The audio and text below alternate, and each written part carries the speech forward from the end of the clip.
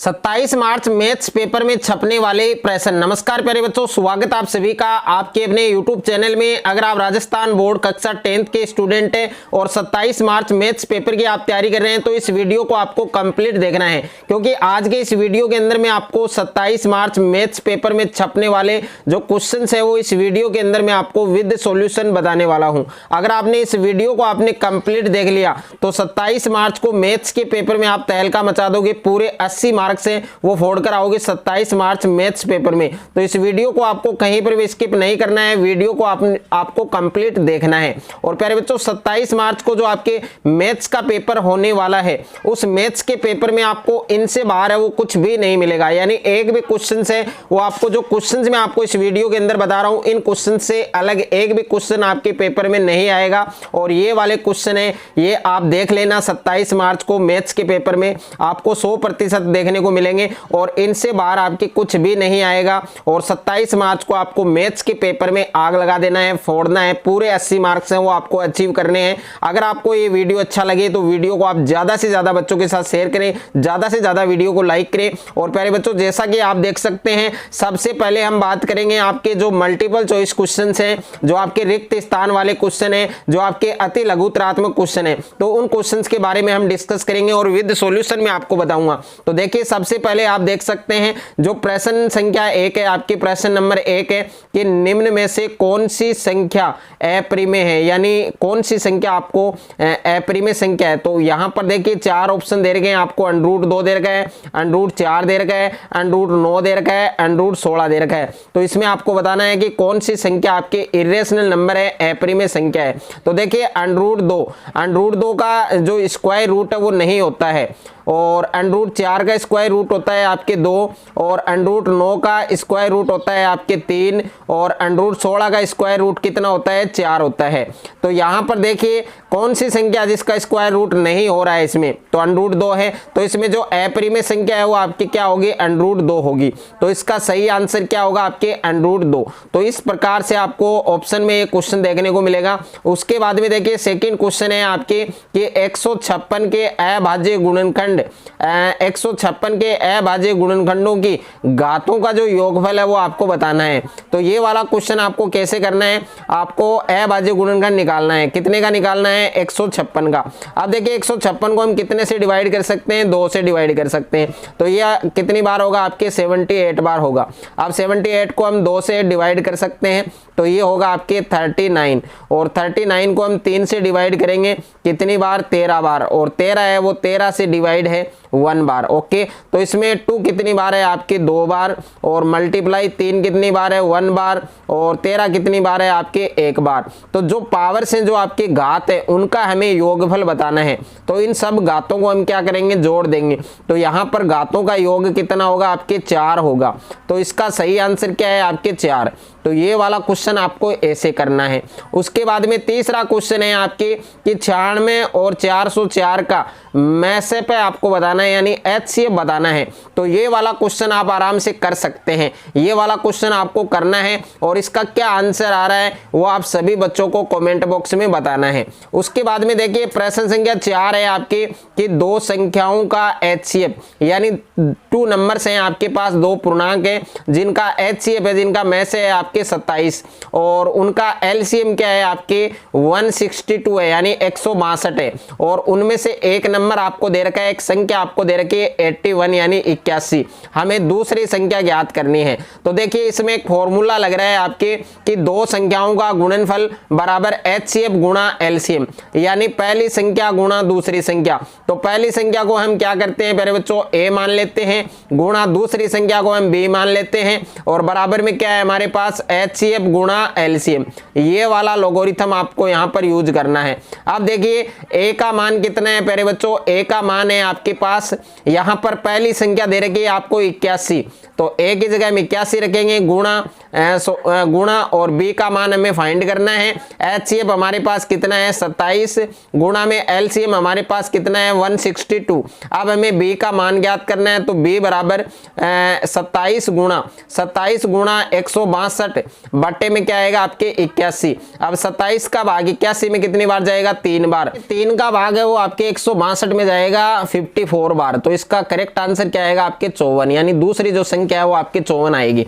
उसके बाद में देखिए क्वेश्चन नंबर 5 है आपके 1% 100% फंसेगा इसमें से कि रैखिक बहुपद और द्विघात बहुपद और त्रिघात बहुपद इनमें शून्यकों की संख्या, यानी रैखिक बहुपद में शून्यकों की संख्या कितनी होती है आपके 1 होती है, यह आपको ध्यान रखना है। और द्विघात बहुपद में अधिकतम शून्यक है वो कितने हो सकते हैं 2 हो सकते हैं। और त्रिघात बहुपद है उसमें अधिकतम शून्यकों की संख्या कितनी होती है 3। तो ये वाला क्वेश्चन भी आपको अच्छे से तैयार करना है, अच्छे से आपको याद होना चाहिए।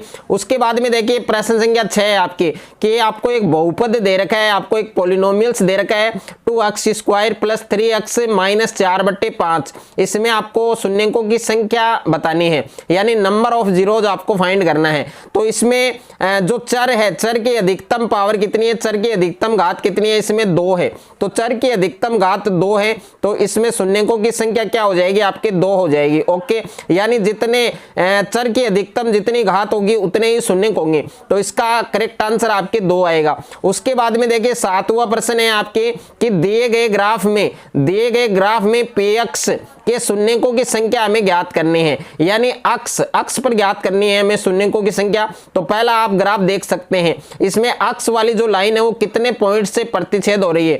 एक पॉइंट तो ये है आपके और एक पॉइंट ये है, तो इसमें शून्यकों की संख्या कितनी होगी पहले बच्चों 2 होगी। और इस वाले ग्राफ में चेक करेंगे तो यहाँ पर अक्ष वाली जो रेखा है, अक्ष वाली जो लाइन है वो कितने पॉइंट पर प्रतिच्छेद हो रही है आपके 2 और यहाँ पर 3, यानी इसमें शून्यकों की जो संख्या है वो कितनी आएगी 3 आएगी। तो इस वाला क्वेश्चन को ऐसे आपको करना है। उसके बाद में देखिए 8वां प्रश्न है आपके, आपको एक द्विघात बहुपद दे रखा है, द्विघात बहुपद दे रखा है x² plus 3x plus k। इसका एक शून्यक है वो आपको दे रखा है 2, तो आपको k का मान ज्ञात करना है। इस वाले क्वेश्चन को कैसे करेंगे कि जहां पर भी x है वहां पर हम क्या रखेंगे, ये 2 रखेंगे, तो हमें k का मान है वो प्राप्त हो जाएगा। उसके बाद में प्रश्न संख्या 9 है आपके, यदि बहुपद kx² plus 2x plus 3k के शून्यकों का योग है वो गुणनफल के बराबर है, तो हमें k का मान ज्ञात करना है। तो ये वाला क्वेश्चन भी आपको सोल्व करना है। उसके बाद में देखिए नेक्स्ट क्वेश्चन की हम बात करें तो अगला क्वेश्चन आपको दे रखा है यहाँ पर क्वेश्चन नंबर 10। क्वेश्चन नंबर 10 आप देख सकते हैं, इसमें क्वेश्चन नंबर 10 आपको दिया है कि a1/a2 नॉट इक्वल b1/b2। इसमें जो रेखा है वो कौन सी होगी, यानी दोनों के मान है वो बराबर नहीं है, तो इसमें रेखा होगी आपकी प्रतिच्छेदी। ये आपको ध्यान रखना है, आपको रेखा भी पूछ सकता है, समीकरण युग्म भी पूछ सकता है और उसके हल भी पूछ सकता है। तो तीनों में से एक आपको जरूर पूछेगा और ये वाला क्वेश्चन काफी इंपॉर्टेंट है आपके a1/a2 नॉट इक्वल b1/b2। तो इसमें रेखा होगी आपकी प्रतिच्छेदी और समीकरण युग्म है वो क्या होगा आपके संगत होगा और हल है वो क्या होगा आपके अद्वितीय।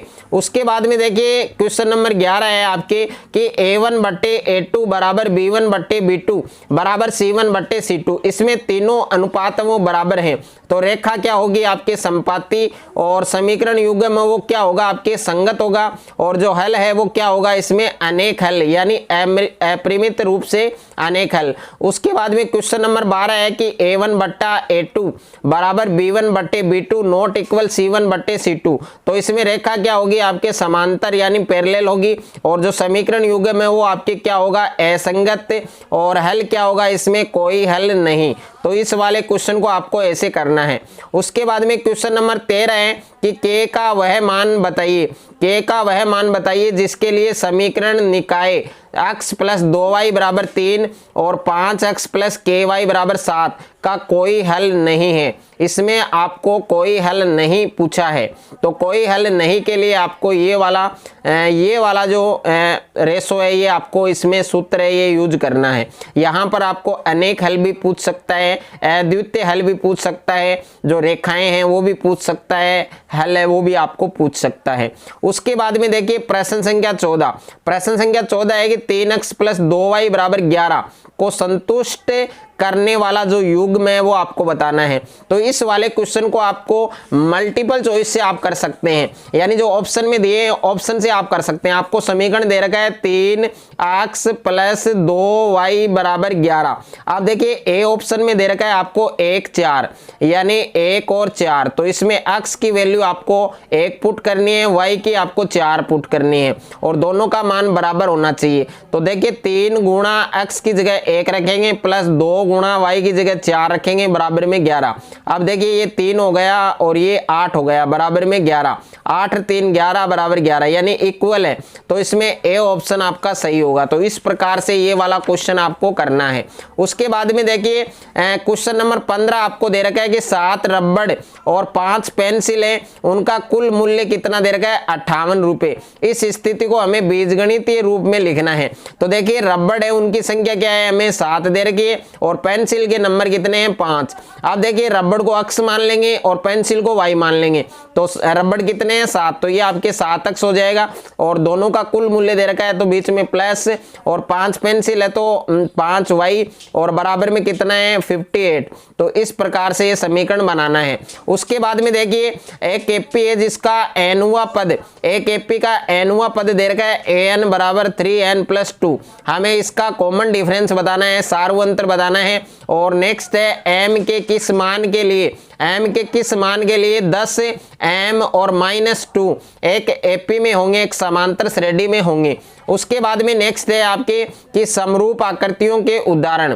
तो समरूप आकृतियां उनके क्या क्या उदाहरण है आपके, एक तो स्क्वायर है वर्ग है, और एक सर्कल है वर्त है, और एक आपके समबाहु त्रिभुज यानी इक्विलैटरल ट्रायंगल, और एक आपके समपंचभुज है। और उसके बाद में देखिए नेक्स्ट है आपके समरूप आकृतियां किसे कहते हैं, यानी इसकी परिभाषा आपको अच्छे से याद करनी है। तो समरूप आकृतियां किसे कहते हैं, ऐसी आकृतियां जिनका आकार है वो तो क्या है समान है, लेकिन उसका जो माप है, जो साइज है वो क्या है अलग अलग, उसे हम क्या कहते हैं समरूप आकृतियां कहते हैं। उसके बाद में नेक्स्ट है आपके सर्वांगसम आकृतियां किसे कहते हैं।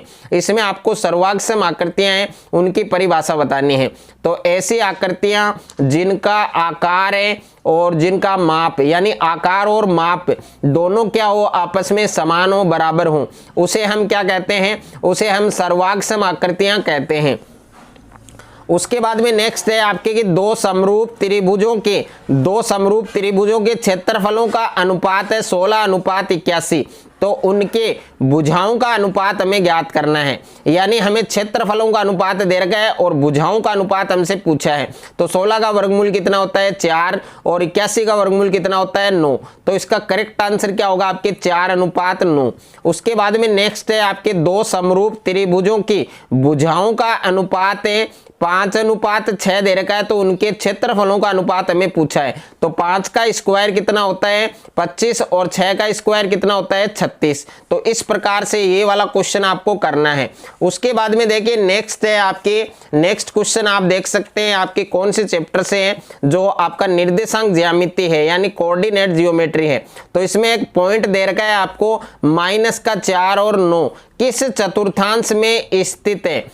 इन सभी प्रश्नों के जो सॉल्यूशन है वो आपको कहां पर मिलेंगे, कुछ क्वेश्चन के आंसर मैं आपको बता रहा हूं, बट कुछ क्वेश्चन के मैं आपको नहीं बता रहा हूं, उनको आपको प्रैक्टिस करनी है, आपको करना है उन क्वेश्चंस को। अगर फिर भी आपको नहीं आ रहा है तो आप कमेंट बॉक्स में बता सकते हैं, विद सॉल्यूशन आपको बताया जाएगा। तो एक बिंदु आपको पॉइंट दे रखा है -4 और 9 किस चतुर्थांश में स्थित है। तो प्यारे बच्चों ये आपके द्वितीय चतुर्थांश में होगा। अब देखिए द्वितीय में कैसे होगा वो आपको कैसे करना है, यानी प्रैक्टिकल आपको कैसे करना है। मान लीजिए ये आपके ग्राफ है, ये आपके क्या है एक ग्राफ है, और यहाँ पर मूल बिंदु 0 है, यहाँ पर x -x डैश है, यहाँ पर x प्लस है, यहाँ पर y डैश यानी माइनस, और यहाँ पर y प्लस। अब ये दोनों, ये फर्स्ट चतुर्थांश है, चतुर्थांश को हम पाद बोलते हैं, क्वाड्रेंट बोलते हैं। ये आपके सेकंड है और ये आपके थर्ड है और ये आपके फोर्थ है। ओके, फर्स्ट में दोनों नंबर है वो आपके प्लस प्लस के होंगे, ये आपको ध्यान रखना है। और सेकंड में होंगे आपके पहला माइनस का होगा और दूसरा नंबर आपके प्लस का होगा, और तीसरे में आपके दोनों माइनस माइनस के नंबर होंगे, और चतुर्थ में होंगे आपके पहला प्लस का होगा और दूसरा माइनस का होगा। तो देखिए जो नंबर हमें दिया गया है इसमें पहला नंबर माइनस का है, दूसरा प्लस का है, तो माइनस प्लस कौन से होंगे आपके सेकंड चतुर्थांश में यानी द्वितीय चतुर्थांश में। उसके बाद में सेकंड है आपके मूल बिंदु के निर्देशांक। तो मूल बिंदु के निर्देशांक आपको याद रखने हैं, 0 0 होते हैं। और उसके बाद में नेक्स्ट है बिंदु माइनस का 5 और 4 कि हमें अक्ष से दूरी बतानी है। अगर आपको देखिए ये पहला जो निर्देशांक है, पहला जो मान है वो अक्ष होगा और दूसरा मान क्या होगा, y। अब हमें पूछा है अक्ष से दूरी पूछता है तो y का मान करना है, यानी अक्ष से दूरी कितनी हो जाएगी, 4 इकाई हो जाएगी। तो इसमें y का मान 4 है। और इसमें पूछा है अगले सवाल में कि बिंदु 3 और -2 कि हमें y अक्ष से दूरी बतानी है। तो y अक्ष से पूछ रहा है तो हमें अक्ष का मान करना है। तो y अक्ष से दूरी कितनी हो जाएगी, 3 इकाई। ओके, अगर कोई नंबर माइनस का है तो उसको प्लस में लिखना है, बस ये आपको याद रखना है। उसके बाद में नेक्स्ट है आपके बिंदु माइनस का 5 और 4, इसमें आपको भुज बताना है और कोटि बतानी है। तो देखिए भुज है उसको हम अक्ष से दर्शाते हैं और कोटि को हम y से लिखते हैं। इसमें भुज कितना है, -5 और कोटि कितनी है, इसमें 4, ये आपको ध्यान रखना है। उसके बाद में नेक्स्ट है आपके कि बिंदुओं 3 2 और 5 4 को जोड़ने वाले रेखाखंड के मध्य बिंदु के निर्देशांक ज्ञात करने हैं। तो मध्य बिंदु का फार्मूला है वो आपको अप्लाई करना है, यहाँ पर आप आंसर है वो निकाल सकते हैं आराम से। और देखिए पूरी मैथ्स के जो फॉर्मूले हैं वो आपको जरूर याद होने चाहिए। एक साथ अगर फॉर्मूले आपको याद नहीं है तो उसका वीडियो मैं ऑलरेडी अपलोड कर चुका हूँ, जिसका लिंक आपको डिस्क्रिप्शन में मिल जाएगा। एक साथ आप एक वीडियो में पूरी बुक के, मैथ्स की पूरी बुक के जो फॉर्मूले हैं वो आप याद कर सकते हैं, देख सकते हैं। तो उसका लिंक मैंने डिस्क्रिप्शन में दे दिया है। उसके बाद में नेक्स्ट है आपके बिंदुओं 3 और -2 और -5 और 4 के बीच की दूरी ज्ञात कीजिए। तो इसमें डिस्टेंस वाला फॉर्मूला लगाकर आप इसको सोल्व कर सकते हैं। ये आपके ट्रिग्नोमेट्री का है, 2 tan 30 डिग्री बटे 1 + tan स्क्वायर 30 डिग्री किसके बराबर है। तो ये मल्टीपल चॉइस में पूछ सकता है या फिर सीधा इसका मान भी पूछा जा सकता है। और ये आपके 2 tan 30 डिग्री बटा 1 - tan स्क्वायर 30 डिग्री ये किसके बराबर है। अगला है आपके 1 + tan स्क्वायर 30 डिग्री और बट्टे में 1 + cot square 30 cot square a, ये किसके बराबर है ये आपको बताना है। उसके बाद में 6 मीटर ऊंचे एक खंबे की छाया 2√3 मीटर लंबी हो तो सूर्य का उन्नयन कोण है वो कितने डिग्री का होगा। और नेक्स्ट है आपके किसी मीनार की छाया उसकी ऊंचाई के बराबर है तो हमें सूर्य का उन्नयन कोण बताना है। और नेक्स्ट है आपके कि 15 मीटर लंबी एक सीढ़ी है वो एक ऊर्ध्वाधर दीवार के शिखर तक पहुंचती है और यदि है सीढ़ी दीवार के साथ 60 डिग्री का एंगल बनाती है, कोण बनाती है, तो दीवार की जो ऊंचाई है, जो हाइट है वो हमें फाइंड करनी है। उसके बाद में देखिए नेक्स्ट क्वेश्चन है आपके, अगला क्वेश्चन आप देख सकते हैं। अगला क्वेश्चन आपको क्या दिया है कि एक वृत्त एक सर्कल है उसकी कितनी स्पर्श रेखाएं खींची जा सकती हैं, कितनी स्पर्श रेखाएं हो सकती हैं। तो इसमें केवल आपको ये दिया है कि एक वृत्त की कितनी स्पर्श रेखाएं हो सकती हैं, यानी एक सर्कल है उसकी कितनी टेंजेंट हम ड्रॉ कर सकते हैं। तो एक वृत्त दे रखा है तो एक वृत्त पर असंख्य यानी अनंत स्पर्श रेखाएं हम खींच सकते हैं, क्योंकि वृत्त है, वृत्त की जो परिधि है उस पर अनेक बिंदु होते हैं, अनंत बिंदु होते हैं। तो उस पर जो स्पर्श रेखाएं हैं, जो टेंजेंट है, वो भी हम कितनी ड्रॉ कर सकते हैं, अनंत कर सकते हैं। और नेक्स्ट है आपके कि एक वृत्त के एक बिंदु पर, अगर आपको एक बिंदु पर दे रखा है तो एक बिंदु पर अपन कितनी टेंजेंट ड्रॉ कर सकते हैं, स्पर्श रेखाएं खींच सकते हैं, एक। ये आपको ध्यान रखना है, एक। अब इन दोनों में काफी स्टूडेंट है वो कंफ्यूज होते हैं, तो ये आपको जरूर ध्यान रखना है। अगर आपको परिधि पर भी पूछता है तो परिधि पर भी हम अनंत स्पर्श रेखाएं खींच सकते हैं, लेकिन अगर आपको एक पॉइंट दिया गया है, एक बिंदु दिया गया है, तब हम केवल एक स्पर्श रेखा खींच सकते हैं। उसके बाद में नेक्स्ट है एक वृत्त की समांतर स्पर्श रेखाएं हो सकती हैं। तो एक सर्कल है उसकी कितनी पैरेलल टेंजेंट हम खींच सकते हैं, तो 2 खींच सकते हैं, ये आपको ध्यान रखना है। और नेक्स्ट है वृत्त तथा उसकी स्पर्श रेखा के उभयनिष्ठ बिंदु को क्या कहा जाता है। तो वृत्त तथा उसकी स्पर्श रेखा के उभयनिष्ठ बिंदु को क्या कहा जाता है, स्पर्श बिंदु कहा जाता है। उसके बाद में नेक्स्ट है आपके, अगर आपको एक वृत्त दे रखा है और उस वृत्त के अंदर यानी उसके भीतर कितनी स्पर्श रेखाएं हो सकती हैं, तो वृत्त के अंदर हम स्पर्श रेखाएं खींच सकते हैं 0, ये आपको ध्यान रखना है। और अगला है कि वृत्त के बाह्य बिंदु पर, तो वृत्त के बाह्य बिंदु पर कितनी स्पर्श रेखाएं हो सकती हैं, तो वृत्त के बाह्य बिंदु पर, बाहरी बिंदु पर 2 स्पर्श रेखाएं हो सकती हैं। और अगला है एक बिंदु, यदि एक बिंदु P से O केंद्र वाले किसी वृत्त पर पीए पीबी स्पर्श रेखाएं परस्पर 80 डिग्री के कोण पर झुकी हुई हों तो कोण पीओए बराबर होगा। तो इसका मान आपको बताना है। और अगला क्वेश्चन है आपके कि चाप की लंबाई L और त्रिज्य खंड के क्षेत्रफल A में क्या संबंध होता है, 1/2 L इंटू आर। यहाँ पर L है आपके चाप की लंबाई और R है आपके रेडियस यानी त्रिज्या।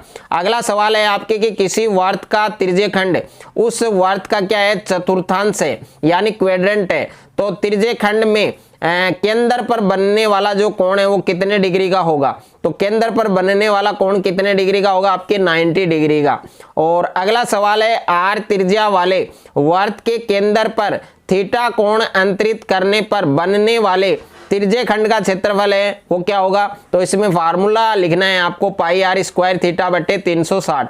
अगला सवाल है आर त्रिज्या वाले वर्त के केंद्र पर थीटा कोण अंतरित करने पर बने त्रिज्य खंड के संगत चाप की लंबाई का सूत्र क्या होगा, आपके 2 पाई आर थीटा बटे 360। उसके बाद में नेक्स्ट है आपके कि 7 सेमी त्रिज्या वाले वर्त की परिधि और क्षेत्रफल दोनों ज्ञात करना है। और अगला सवाल है 44 सेमी परिधि वाले वर्त की त्रिज्या क्या होगी वो हमें ज्ञात करनी है। और अगला सवाल है उस वर्त की त्रिज्या ज्ञात कीजिए जिसका क्षेत्रफल जिसका एरिया हमें 154 सेमी स्क्वायर दे रखा है। और अगला सवाल है एक वर्त के दीर्घ त्रिज्यखंड का कोण है वो 300 डिग्री दे रखा है, तो हमें लघु त्रिज्यखंड का कोण बताना है। यानी लघु त्रिज्यखंड और दीर्घ त्रिज्यखंड दोनों का कोण मिलाकर संपूर्ण कोणों का योगफल कितना होता है, 360 डिग्री होता है। अब एक का हमें दे रखा है तो दूसरे का हम कैसे ज्ञात करेंगे, 360 डिग्री में से माइनस करेंगे। अगला सवाल है अर्धगोले का संपूर्ण पृष्ठीय क्षेत्रफल का सूत्र हमें बताना है 2 पाई आर स्क्वायर। और उसके बाद में अगला सवाल है एक घन का संपूर्ण पृष्ठीय क्षेत्रफल हमें 486 वर्ग सेमी दे रखा है, हमें घन की भुजा बतानी है, घन की भुजा हमें ज्ञात करनी है। और अगला क्वेश्चन है आपके एक ठोस अर्धगोले का संपूर्ण पृष्ठीय क्षेत्रफल 462 वर्ग सेमी है, तो हमें इसकी त्रिज्या ज्ञात करनी है। तो ये सारे क्वेश्चन साथ साथ में आपको नोट करने हैं अपनी नोटबुक में और सभी क्वेश्चंस को आपको सोल्व करना है, हल करना है, क्योंकि इनसे बाहर एक भी क्वेश्चन आपके पेपर में नहीं आने वाला है। सारे क्वेश्चन पेपर में इन्हीं में से आने वाले हैं, ये आप मैच कर लेना जब आप पेपर देकर आओ मैथ्स का। और उसके बाद में देखिए अगला सवाल है आपके प्यारे बच्चों कि जिस प्रेक्षण की बारंबारता फ्रीक्वेंसी अधिकतम होती है वह क्या कहलाता है, तो वह कहलाता है प्यारे बच्चों आपके बहुलक, जिसको इंग्लिश में क्या बोलते हैं, मोड। और अगला है आपके कि ऐसा मापक जो आंकड़ों में सबसे बीच के प्रेक्षण का मान देता है उसे हम क्या कहते हैं, माध्यक कहते हैं, इंग्लिश में इसको मीडियन कहा जाता है। और अगला क्वेश्चन है आपके अगला सवाल है यदि पदों की संख्या n क्या हो, आपके विषम संख्या हो तो माध्यक है वो कौन सा पद होगा, n+1/2 पद होगा। और उसके बाद में है यदि पदों की संख्या n क्या हो, सम हो, तो वह माध्यक n/2 पद होगा, ये आपको ध्यान रखना है। और नेक्स्ट है आपके कि माध्यक वर्ग वह वर्ग है, वह क्लास है जिसकी संचयी बारंबारता यानी CF कितने से अधिक या उसके समीपते होती है, तो n/2 से अधिक या उसके बराबर होती है। उसके बाद में है वर्ग अंतराल दे रखा है आपको 0 से 20, इसका हमें क्लास मार्क बताना है, वर्ग चिन्ह हमें बताना है। तो वर्ग चिन्ह हम कैसे ज्ञात करेंगे, जो वर्ग अंतराल दिया गया है उसको हम दोनों नंबर्स को ऐड करके उसका हाफ करेंगे, तो दोनों नंबर्स को ऐड करके जब हाफ करेंगे तो इसका करेक्ट आंसर 10 आएगा आपके। और अगला है आपके माध्यक और बहुलक तीनों में क्या संबंध होता है, तो इसका संबंध का एक फार्मूला है आपकी 3 माध्यक बराबर बहुलक +2 गुणा माध्य। और उसके बाद में इस क्वेश्चन को भी आपको सोल्व करना है, आपको एक बटन दे रखा है 2 3 5 7 4 2 0 2, इसका हमें माध्य बताना है, मीन बताना है, और माध्यक भी ज्ञात करना है, मीडियन भी ज्ञात करना है, और इसका बहुलक यानी मोड भी हमें फाइंड करना है। और अगला सवाल है आपके यदि 5 7 9 अक्ष इनका समांतर माध्य है, एरिथमेटिक मीन है वो आपको 9 दे रखा है। तो हमें x की वैल्यू फाइंड करनी है, x का मान याद करना है।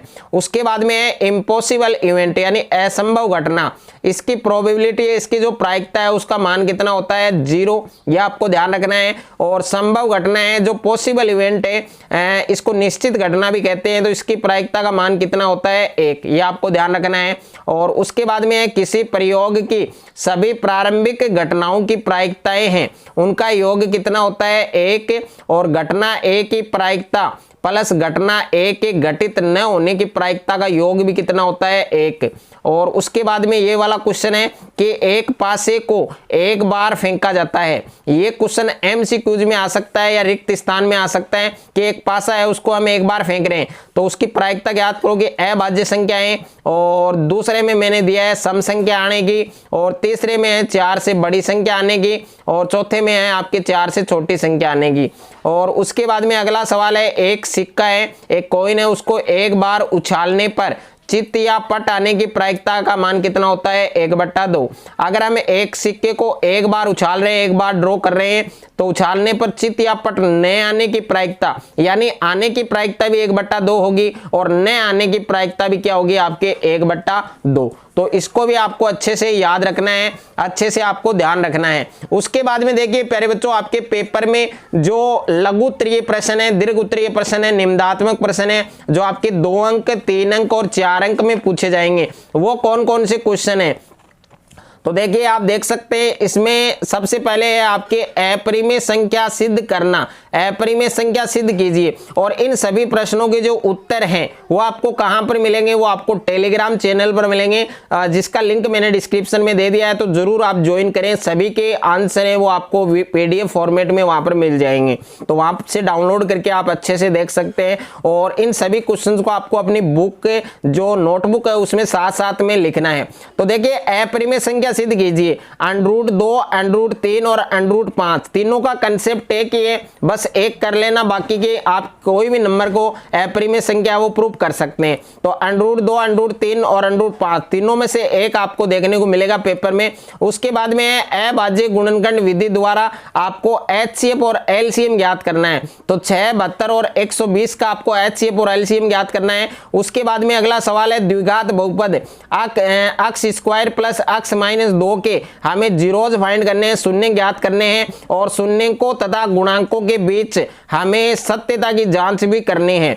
और नेक्स्ट है आपके एक द्विघात बहुपद ज्ञात कीजिए जिसके शून्य हमें दे रखे √3 और -√3।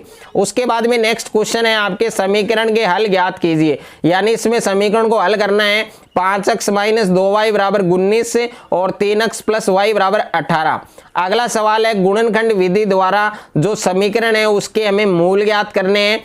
√2x² + 7x + 5 √2 = 0। और अगला सवाल है मूलों की प्रकृति हमें ज्ञात करनी है, यानी नेचर ऑफ रूट हमें बताना है। 4x² + 4 √3x + 3 = 0। और अगला सवाल है आपके 4 नंबर में छपेगा ये सवाल, 13 मीटर व्यास वाले एक वृत्ताकार पारक है, उसकी परिसीमा के एक बिंदु पर एक खंभा है, वो इस प्रकार गाड़ना है कि इस पारक के एक व्यास के दोनों अंत बिंदुओं पर बने फाटकों A और B से खंभे की दूरियों का जो डिफरेंस है, जो अंतर है, वो 7 मीटर है। क्या ऐसा करना संभव है? यदि है तो दोनों फाटकों से कितनी दूरियों पर खंभा गाड़ना होगा? तो ये वाला क्वेश्चन 4 मार्क्स में आपको देखने को मिलेगा पेपर में, और उस सेक्शन D में मिलेगा। उसके बाद में प्रश्नावली 5.2 और साथ में बुक है वो भी आपको लेनी है। और प्रश्नावली 5.2 में प्रश्न संख्या 19 है वो आपको तैयार करना है। और प्रश्नावली 5.3 में प्रश्न संख्या 13 और 14 वो आपको तैयार करना है। और प्रश्नावली 6.2 में प्रश्न संख्या 1, 9 और 10 तीनों प्रश्नों को तैयार करना है। और प्रश्नावली 7.1 में प्रश्न संख्या 7 और 8 दोनों क्वेश्चंस को तैयार कर लेना। और प्रश्नावली 7.2 में प्रश्न संख्या आपके 1, 2, 5, 6, 9 यानी 5 प्रश्न है, तैयार कर लेना इन पांचों प्रश्नों को। और अगला क्वेश्चन है आपकी प्रश्नावली 8.1 यानी एक्सरसाइज 8.1 है। इसमें क्वेश्चन नंबर है आपके 3, 4 और 5 तीनों क्वेश्चन को तैयार करना है। और एक्सरसाइज 8.2 इसमें आपको प्रश्न संख्या क्वेश्चन नंबर 1 में आपको पहला और दूसरा ये दोनों तैयार करने हैं। और प्रश्नावली 8.3 यानी एक्सरसाइज 8.3 जिसमें सेक्शन डी में क्वेश्चन पूछा जाएगा 4 नंबर का सिद्ध वाला, यानी सिद्ध करने वाला जो क्वेश्चन है वो 4 क्वेश्चन में बता रहा हूं। इन 4 में से एक क्वेश्चन आपको मिलेगा कितने नंबर का, 4 नंबर का। तो चारों क्वेश्चन है ये आपको तैयार करने हैं। उसके बाद में देखिए अगला क्वेश्चन है आपके, अगला क्वेश्चन आपको तैयार करना है प्रश्नावली 9.1 यानी एक्सरसाइज 9.1 में क्वेश्चन नंबर 2, 9, 10, 12 और 13 ये वाले क्वेश्चन तैयार करने हैं। उसके बाद में ये प्रमेय है आपके 10 के जो चैप्टर में वृत्त वाले चैप्टर में 100% मिलेगी आपको। सिद्ध कीजिए कि एक बाह्य बिंदु से किसी वृत्त पर खींची गई 2 स्पर्श रेखाओं की लंबाइयां हैं वो आपस में क्या होती हैं, बराबर।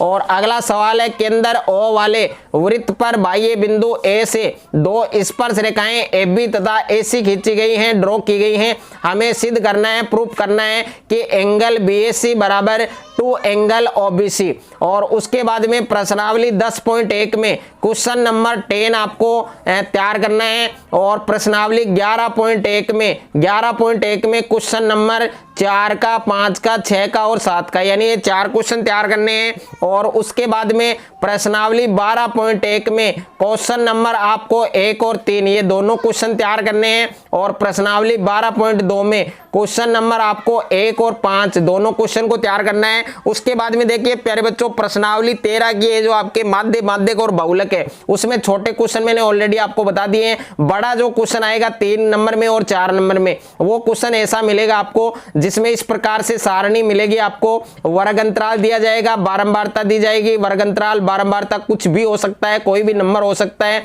बट आपको ये वाले क्वेश्चन की प्रैक्टिस करनी है। माध्य है वो आपको तीनों विधि से आना चाहिए। माध्य की 3 विधि है आपके, प्रत्यक्ष माध्य और दूसरा है आपके कल्पित जो वेरी वेरी इंपॉर्टेंट है आपके, और एक है आपके पद विचलन। तो तीनों विधि से आपके क्या आना चाहिए, आपको माध्य आना चाहिए और माध्यक आना चाहिए, यानी मीन आना चाहिए, मीडियन आना चाहिए और मोड आना चाहिए। इस प्रकार की टेबल लेनी है आपको, आपकी बुक में बहुत सारे क्वेश्चन मिल जाएंगे। तो 2 या 3 क्वेश्चंस को आपको जरूर प्रैक्टिस करना है। और उसके बाद में प्रायिकता है प्रश्नावली 14.1 है, उसमें क्वेश्चन नंबर 5 का तैयार करना है, क्वेश्चन नंबर 9 तैयार करना है, क्वेश्चन नंबर 14, क्वेश्चन नंबर 16 और एक आपकी क्वेश्चन नंबर 18 और क्वेश्चन नंबर 22 ये सारे क्वेश्चन तैयार करने हैं। अगर आपने जितने भी क्वेश्चंस मैंने बताए हैं, अगर आपने ये सारे क्वेश्चंस एक बार अच्छे से तैयार कर लिए तो मैथ्स के पेपर में 27 मार्च को आप पूरे 80 मार्क्स है उसका स्कोर कर सकते हैं, पूरे 80 मार्क्स आप फोड़ सकते हैं। अगर आपको ये वीडियो अच्छा लगे तो वीडियो को आप ज्यादा से ज्यादा बच्चों के साथ शेयर करें,